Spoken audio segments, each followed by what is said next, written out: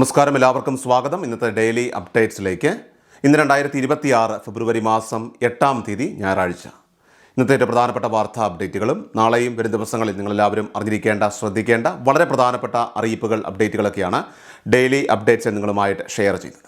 എല്ലാ പ്രേക്ഷകരും പൂർണ്ണമായിട്ട് ഈ അപ്ഡേറ്റുകൾ ശ്രദ്ധിക്കുക. നിങ്ങളെല്ലാവരും വീഡിയോ ഒന്ന് ലൈക്ക് ചെയ്ത് എല്ലാ പ്രേക്ഷകരിലേക്കും മറക്കാതെ ഷെയർ ചെയ്ത് എത്തിക്കുക. നമ്മുടെ വാട്സപ്പ് ഗ്രൂപ്പിൽ ജോയിൻ ചെയ്യുക. വാർത്തകളും അറിയിപ്പുകളും എല്ലാ ദിവസവും കൃത്യമായി നിങ്ങൾക്ക് വാട്സപ്പ് ഗ്രൂപ്പിൽ ലഭ്യമാകും. വാട്സപ്പ് ഗ്രൂപ്പിൻ്റെ ലിങ്ക് വീഡിയോയുടെ ഡിസ്ക്രിപ്ഷനിൽ അതോടൊപ്പം തന്നെ കമൻറ്റിൽ നൽകിയിട്ടുണ്ട്. സോ എല്ലാ പ്രേക്ഷകരും മറക്കാതെ ഏതെങ്കിലും ഒരു ഗ്രൂപ്പിൽ ജോയിൻ ചെയ്യുക.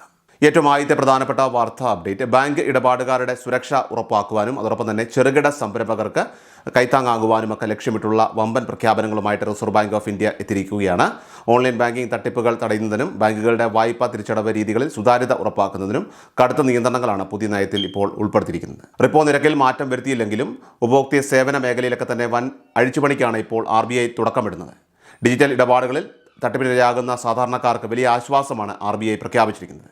ചെറിയ തുകയുടെ തട്ടിപ്പുകൾക്ക് 25,000 രൂപ വരെ നഷ്ടപരിഹാരം നൽകാനുള്ള പുതിയ സംവിധാനം ഉടൻ തന്നെ നിലവിൽ വരും. അതോടൊപ്പം ബാങ്കുകളുടെ വായ്പാ പിരിവ് രീതികളിലുമൊക്കെ തന്നെ കാര്യമായ മാറ്റം വരുത്തിയിട്ടുണ്ട്. റിക്കവറി ഏജന്റുമാരുടെ അതിക്രമങ്ങൾ തടയാൻ കർശന നിർദ്ദേശങ്ങൾ പുറപ്പെടുവിക്കുന്നതിനൊപ്പം തന്നെ വായ്പകൾ നൽകുമ്പോൾ തെറ്റായ വിവരങ്ങൾ നൽകി ഉപഭോക്താക്കളെ കബളിപ്പിക്കുന്ന രീതിക്കുമൊക്കെ തന്നെ കടുത്ത നിയന്ത്രണങ്ങൾ വരും. ഇതിന് പുറമെയായിട്ട് ചെറുകിട ഇടത്തരം സംരംഭകർക്ക് നൽകുന്ന ഈടുരഹിത വായ്പാ പരിധി 10 ലക്ഷം രൂപയിൽ നിന്ന് 20 ലക്ഷം രൂപയായിട്ട് RBI വർദ്ധിപ്പിച്ചു. 2026 ഏപ്രിൽ 1 മുതൽ തന്നെ പ്രാബല്യത്തിൽ വരുന്ന അടുത്ത പ്രധാനപ്പെട്ട വാർത്താ അപ്ഡേറ്റ്, സാധാരണക്കാരൻ്റെ കുടുംബ ബജറ്റിനെയും അതോടൊപ്പം തന്നെ വായ്പാ തിരിച്ചടവുകളെയും ഒക്കെ തന്നെ ബാധിക്കുന്ന RBI പണനയ പ്രഖ്യാപനം പുറത്ത്. റിപ്പോ നിരക്ക് 5.25% തന്നെ നിലനിർത്താനായിട്ട് റിസർവ് ബാങ്ക് തീരുമാനിച്ചു.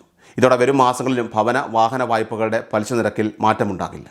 നിലവിലെ സാമ്പത്തിക സാഹചര്യം വിലയിരുത്തിക്കൊണ്ട് ന്യൂട്രൽ സ്റ്റാൻഡ് തുടരാനാണ് ഗവർണർ ശക്തികാന്ത ദാസിൻ്റെ നേതൃത്വത്തിലുള്ള സമിതി ഇപ്പോൾ തീരുമാനിച്ചിരിക്കുന്നത്. ചെറുകിട ഇടത്തരം സംരംഭകർക്കുള്ള ഈടുരഹിത വായ്പാ പരിധി 10 ലക്ഷത്തിൽ നിന്ന് 20 ലക്ഷം രൂപയായി ഉയർത്തിയത്. കർഷകർക്ക് ആശ്വാസമായിട്ട് KCC കാലാവധി 5 വർഷത്തിൽ നിന്ന് 6 വർഷമാക്കി വർദ്ധിപ്പിച്ചിട്ടുണ്ട്. അടുത്ത പ്രധാനപ്പെട്ട വാർത്താ അപ്ഡേറ്റ്, അടുത്ത സാമ്പത്തിക വർഷം മുതൽ രാജ്യത്തെ വൈദ്യുതി നിരക്ക് എല്ലാ വർഷവും സ്വയം വർദ്ധിക്കുന്ന രീതിയിലുള്ള പരിഷ്കാരത്തിന് കേന്ദ്ര സർക്കാർ ഒരുങ്ങുന്നു. കേന്ദ്ര വൈദ്യുതി മന്ത്രാലയം തയ്യാറാക്കിയ പുതിയ ദേശീയ വൈദ്യുതി നയത്തിൻ്റെ കരടിലാണ് ഈ നിർണായക നിർദ്ദേശമുള്ളത്. വൈദ്യുതി ഉൽപ്പാദനത്തിനും വിതരണത്തിനുമുള്ള ചിലവ് വർദ്ധിക്കുന്നതിനനുസരിച്ച് നിരക്ക് സ്വയം പുതുക്കുന്ന ഇൻഡെക്സ് ലിങ്ക്ഡ് താരിഫ് നടപ്പിലാക്കാനാണ് കേന്ദ്രം ലക്ഷ്യമിടുന്നത്. നിലവിൽ സംസ്ഥാന റെഗുലേറ്ററി കമ്മീഷനുകളാണ് വൈദ്യുതി നിരക്ക് നിശ്ചയിക്കുന്നത്.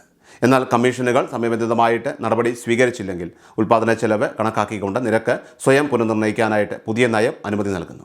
ഓരോ മാസത്തെയും ഉൽപ്പാദന വിതരണ ചെലവുകൾ അടിസ്ഥാനമാക്കിയാകും ഈ മാറ്റങ്ങൾ വരിക. വിതരണത്തിനുണ്ടാകുന്ന അധിക സാമ്പത്തിക ബാധ്യത പൂർണ്ണമായിട്ടും ഉപഭോക്താക്കളിൽ നിന്ന് തന്നെ ഈടാക്കണമെന്ന ഈ ശുപാർശ സാധാരണക്കാരായ ജനങ്ങളുടെ സാമ്പത്തിക നിലയെ തന്നെ സാരമായി ബാധിക്കുമെന്ന കാര്യത്തിൽ തർക്കമില്ല. അടുത്ത പ്രധാനപ്പെട്ട വാർത്താ അപ്ഡേറ്റ്, സംസ്ഥാനത്ത് കാർഷിക ഉപകരണങ്ങളൊക്കെ തന്നെ വലിയ സബ്സിഡി നിരക്കിലൊക്കെ തന്നെ ലഭ്യമാകുന്ന കാർഷിക യന്ത്രവൽക്കരണ ഉപപദ്ധതിയുടെ രജിസ്ട്രേഷൻ നടപടികൾ ഇപ്പോൾ പുരോഗമിക്കുകയാണ്. അപേക്ഷകൾ സമർപ്പിക്കാനായിട്ട് വൈകിയവർ എത്രയും വേഗം തന്നെ അപേക്ഷകൾ സമർപ്പിക്കേണ്ടതാണ്. കാർഷിക മേഖലയുമായിട്ട് ബന്ധപ്പെട്ട വിവിധ ഉപകരണങ്ങൾക്ക് 50 മുതൽ 80% വരെ സബ്സിഡി ഈ പദ്ധതിയിലൂടെ ഉറപ്പാക്കുന്നു. ഉപകരണത്തിൻ്റെ പകുതി വിലയോ അതിൽ കുറവോ മാത്രം ഗുണഭോക്താവ് നൽകിയാൽ മതിയാകും. ബാക്കി തുക സർക്കാർ സബ്സിഡിയായിട്ട് അനുവദിക്കുന്നതായിരിക്കും.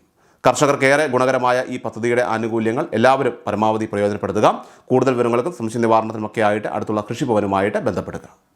അടുത്ത പ്രധാനപ്പെട്ട വാർത്താ അപ്ഡേറ്റ്, സംസ്ഥാനത്തെ ക്ഷേമ പെൻഷൻ ഗുണഭോക്താക്കൾക്കായിട്ട് ഇതാ ഒരു സുപ്രധാന അറിയിപ്പ് വന്നിരിക്കുകയാണ്. ഫെബ്രുവരി മാസത്തിലെ വിതരണ നടപടികൾ ഈ മാസം 20-ാം തീയതിക്ക് ശേഷമായിരിക്കും ഉണ്ടാവുക. 25-ാം തീയതിയോടെ ഗുണഭോക്താക്കളുടെ ബാങ്ക് അക്കൗണ്ടുകളിലേക്കും കൈകളിലേക്കുമൊക്കെ തന്നെ തുക എത്തി തുടങ്ങുമെന്നാണ് ഇപ്പോൾ അധികൃതർ അറിയിച്ചിരിക്കുന്നത്. ഇനി മുതൽ എല്ലാ മാസവും 20-നും 30-നും ഇടയിലുള്ള തീയതികൾ തന്നെയായിരിക്കും പെൻഷൻ്റെ വിതരണം പൂർത്തിയാക്കാൻ സർക്കാർ ലക്ഷ്യമിടുക. സംസ്ഥാനത്തെ പെൻഷൻ വിതരണം തടസ്സമില്ലാതെ മുന്നോട്ട് കൊണ്ടുപോകുന്നതിനായിട്ട് സർക്കാർ ഇപ്പോൾ ഏകദേശം 14,500 കോടി രൂപയുടെ പ്രത്യേക ഫണ്ട് ഇതിനായി നീക്കിവച്ചിരിക്കുകയാണ്. അതോടൊപ്പം തന്നെ രേഖാസമർപ്പണത്തിൻ്റെ കാര്യത്തിൽ പ്രത്യേക അറിയിപ്പ് ഇപ്പോൾ വന്നിട്ടുണ്ട്.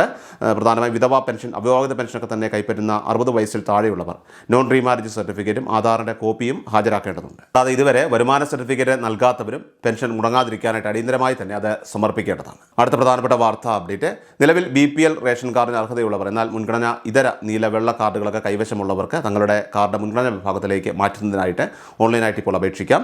2026 ഫെബ്രുവരി 13 വരെയാണ് ഇതിലേക്ക് അപേക്ഷിക്കാനായിട്ട് സാധിക്കുന്നത്. മുൻഗണനാ വിഭാഗത്തിൽ നിലവിൽ ഒട്ടേറെ ഒഴിവുകൾ ഉള്ളതിനാൽ തന്നെ അർഹരായവരുടെയൊക്കെ തന്നെ അപേക്ഷകൾ പരിഗണിക്കപ്പെടുകയും അവർക്ക് മുൻഗണനാ റേഷൻ കാർഡുകളൊക്കെ തന്നെ ലഭിക്കുകയും ചെയ്യുന്നതാണ്.